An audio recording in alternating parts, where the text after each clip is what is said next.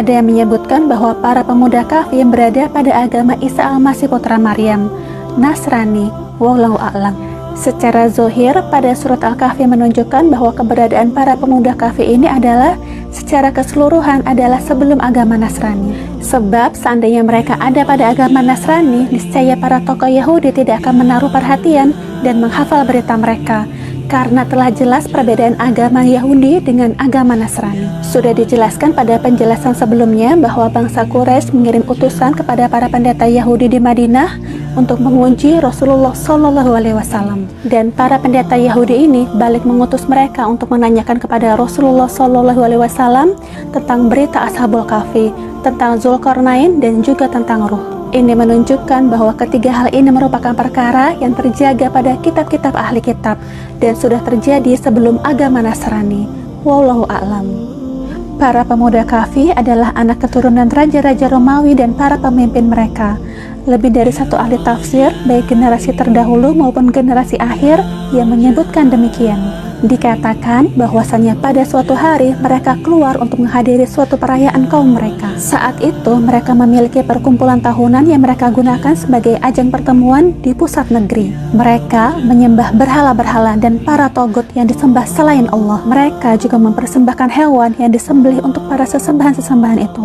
Saat itu mereka dipimpin oleh seorang raja yang kejam bernama Dicyanus, dan Raja Dicyanus ini memerintahkan manusia untuk melakukan ritual itu. Ketika orang-orang keluar untuk berkumpul dan para pemuda pun keluar bersama bapak-bapak dan kaum mereka, maka para pemuda yang beriman ini melihat dengan mata kepala mereka sendiri apa yang diperbuat oleh kaum mereka. Mereka pun menyadari bahwa sujud dan penyembelihan yang dilakukan oleh kaum mereka itu tidak layak untuk dipersembahkan kecuali hanya kepada Allah yang menciptakan langit dan bumi. Masing-masing dari para pemuda itu pun lantas menyelamatkan diri dari kaumnya.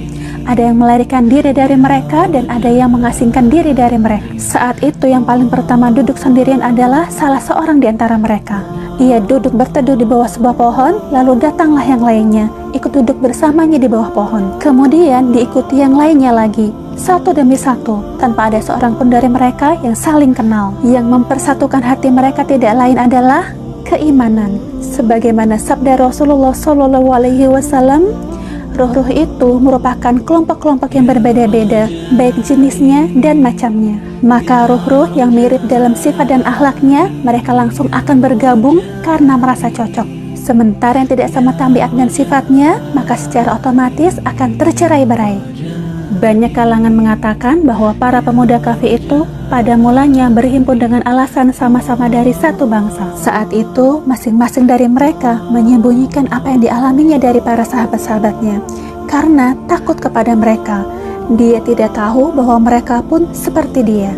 Hingga salah seorang di antara mereka berkata, "Demi Allah, wahai rekan-rekanku, kalian mengetahui bahwa tidak ada yang membuat kalian keluar dan menyingkir dari kaummu, melainkan ada sesuatu hal. Hendaknya setiap dari kita menceritakan perkara yang dialaminya." Yang lain mengatakan, "Adapun saya, sungguh setelah saya melihat apa yang dilakukan oleh kaumku, maka demi Allah saya mengetahui bahwa hal itu batil." Dan seorang lagi menyatakan hal yang sama, sehingga mereka bersepakat pada satu kata. Mereka pun menjadi satu ikatan dan menjalin persaudaraan yang tulus. Mereka membuat tempat ibadah untuk beribadah kepada Allah di dalamnya. Kemudian kaum mereka mengetahui para pemuda tersebut. Mereka pun langsung mengadukan perkara pemuda itu kepada raja. Setelah dihadapkan kepada raja, raja pun menanyakan kepada mereka tentang perkara dan kegiatan mereka. Mereka menjawabnya dengan kebenaran dan menyerunya kepada Allah Subhanahu wa Ta'ala. Maka dari itu Allah Subhanahu wa Ta'ala memberitahukan tentang mereka dengan firman-Nya, "Dan kami teguhkan hati mereka ketika mereka berdiri di hadapan raja zalim, lalu berkata, Rabb kami adalah Rabb langit dan bumi, kami selamanya tidak akan menyeru ilah selain Dia." Para pemuda Kahfi berkata, "Penyembahan kepada selain Allah tidak akan terjadi pada kami selama-lamanya, karena hal itu adalah batil." Oleh karena itu Allah mengabadikan perkataan mereka di dalam surat Al-Kahfi ayat 14.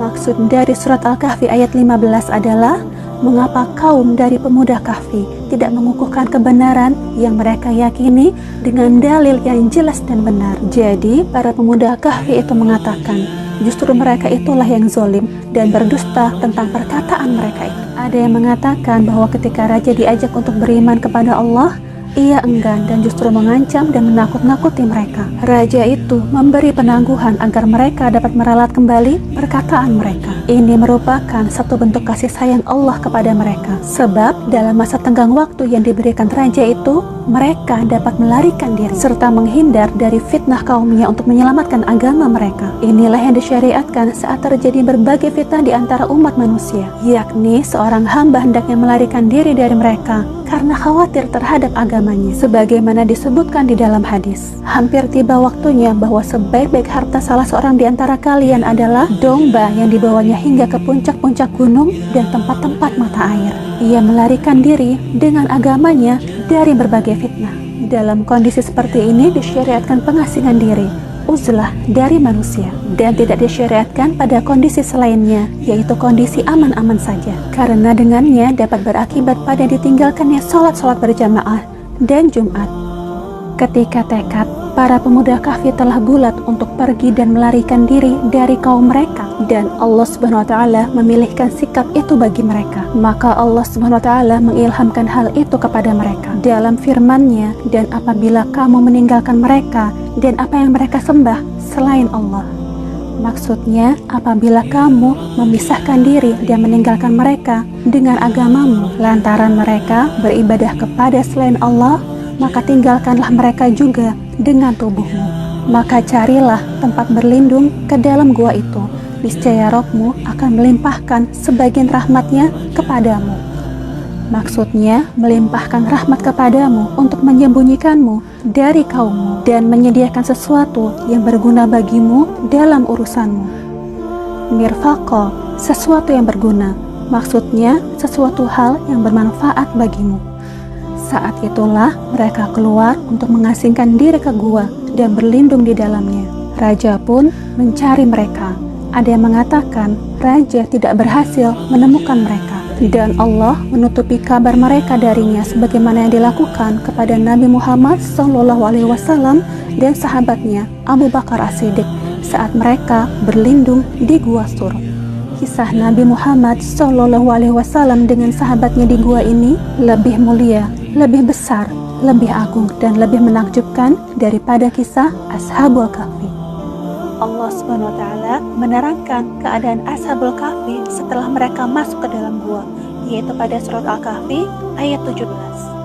Wa tara syamsa idza tala'at tazawaru, artinya kamu lihat wahai Muhammad atau siapapun yang menjadi lawan bicara, saat matahari terbit sinarnya condong ke sebelah sisi kanan gua mereka, sehingga terik sinarnya berkurang karena posisi matahari lebih tinggi, sehingga tidak ada sinarnya yang tersisa di tempat seperti itu ketika ia tergelincir.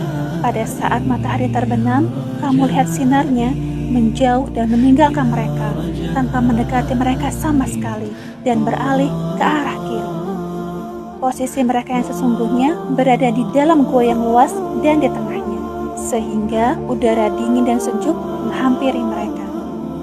Maksud dari ayat ini bukan memberitahukan bahwa Nabi Muhammad SAW atau siapa saja benar-benar melihat posisi matahari di atas gua, melainkan pemberitaan bahwa gua tersebut terletak di sebuah tempat yang tidak terpapar oleh sinar matahari pada saat terbit maupun terbenam. Dengan kata lain, para pemuda tersebut sepanjang hari tidak terkena sinar matahari, baik saat terbit maupun terbenam. Padahal mereka berada di tempat yang luas dan terbuka, sehingga mudah terkena sinar matahari jika saja Allah tidak dengan sengaja melindungi mereka. Para pakar sejarah menyebutkan sejumlah pendapat tentang posisi gua Ashabul Kahfi. Ada pendapat yang mengatakan bahwa gua tersebut merupakan lembah yang dekat dengan Ilya di Aqobah, selatan Palestina. Ada juga yang menyatakan bahwa gua tersebut berada di Mosul, bagian utara Irak.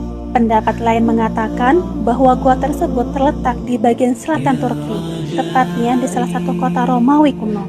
Semua pendapat ini tidak didukung oleh bukti. Allah tidak memberitahukan kepada kita tempat gua ini di negeri mana pada belahan bumi ini, sebab tidak ada manfaatnya bagi kita dan tidak ada pula tujuan menurut syariat. Seandainya di dalamnya terdapat maslahat keagamaan, Niscaya Allah dan Rasul-Nya memberi kita petunjuk pada masalah itu.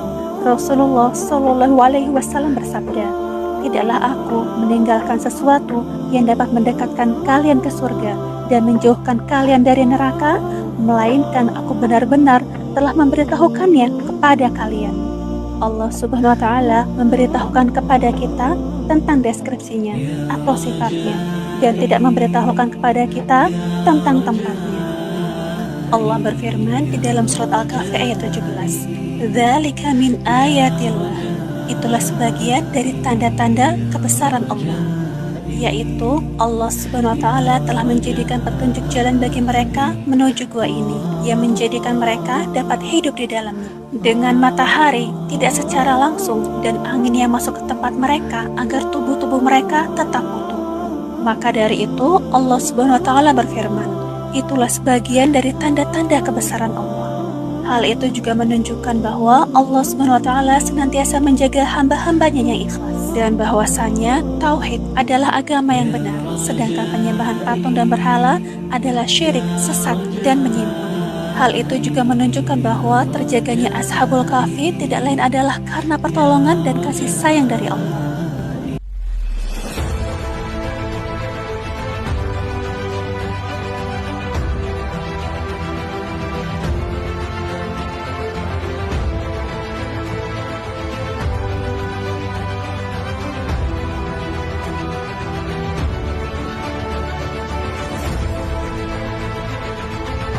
See you in the next Makta Memahami Al-Quran dengan Tafsir.